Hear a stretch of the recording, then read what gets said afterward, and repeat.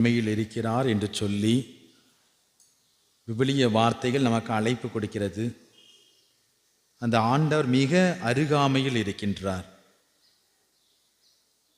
நாம் வாழ்வு பெறுவதற்காக நம்மை தேடி வந்திருக்கின்றார். உன்னை தேடும் தெய்வம் மிக பெரியவர். கடவுளால் முடியாதது எதுவும் இல்லை.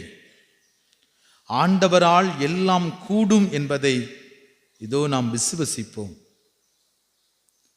கடவுளை பொறுத்தவரை நாம் ஜெபிக்கக்கூடிய ஜெபங்கள் நிறைவேற்றுவது லேசான காரியம்.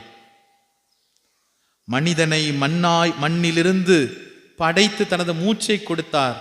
லேசான காரியம். இதோ நமது வாழ்விலும் ஆண்டவருடைய ஆசீர்வாதம் நிறைவாக வேண்டும்.